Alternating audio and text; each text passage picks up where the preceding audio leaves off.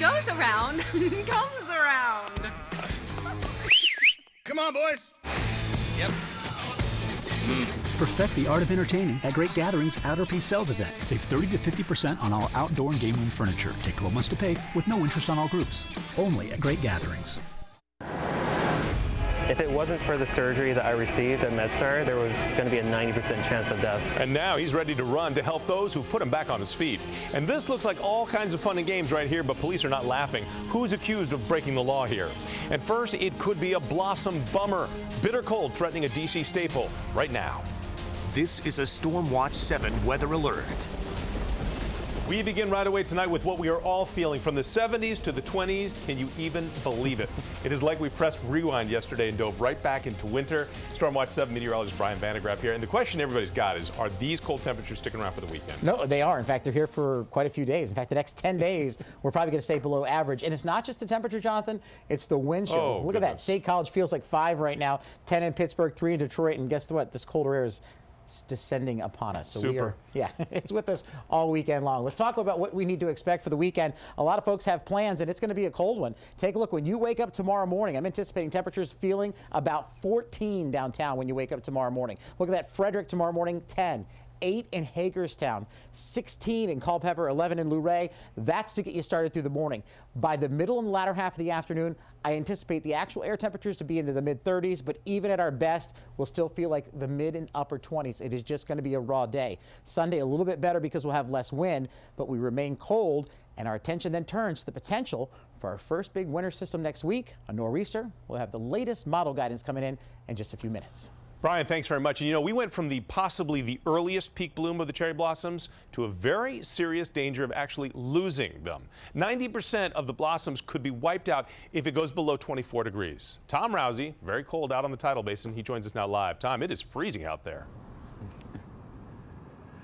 It is, and that's a bad thing for these blossoms. You know, if more of them look like this, we wouldn't be so worried right now. These are not ready to come out, but unfortunately, the majority don't look like that. The majority right now look more like these. They are ready to blossom, but that means they are exposed to potential damage from this weekend's cold. If the official prediction holds, this could happen as soon as late next weekend.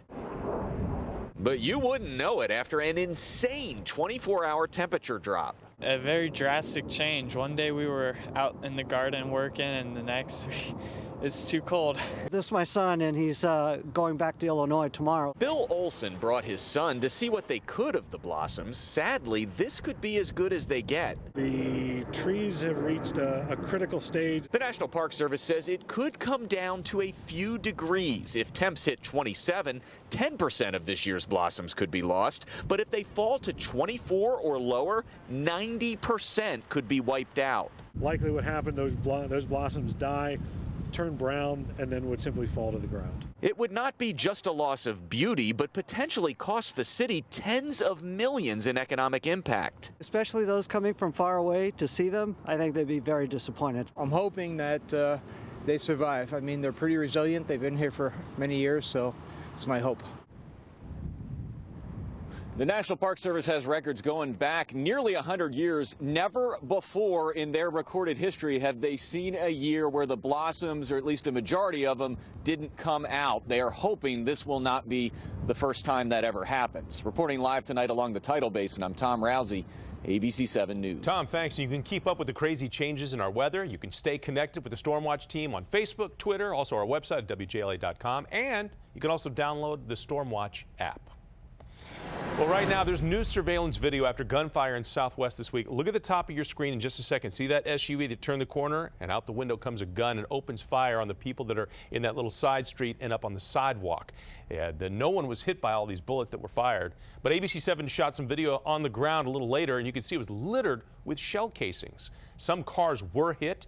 If you have any information, police could use your help on this one. And a police officer is accused of misconduct. Police say that Anne Arundel County officer Bradley Tuttle was called to check on a woman back in January. Well, later that day, he is accused of returning to her house and inappropriately touching her. Tuttle is charged now with sexual offense and assault. He is on administrative leave pending an investigation. And busted. Police say this guy was buying cars with counterfeit checks and then reselling them. Nicholas Metz is his name, and he's facing a whole host of charges now. There are at least 3 cases that police know of, but they say that more victims could be out there. Now, if you've had any dealings with him, the police would like to hear from you in this one. New at 11 o'clock, there's a reversal in Boston because a gay veterans group will be allowed to participate in the St. Paddy's Day parade. The controversy started when the group Out Vets said that it was denied a place in the parade.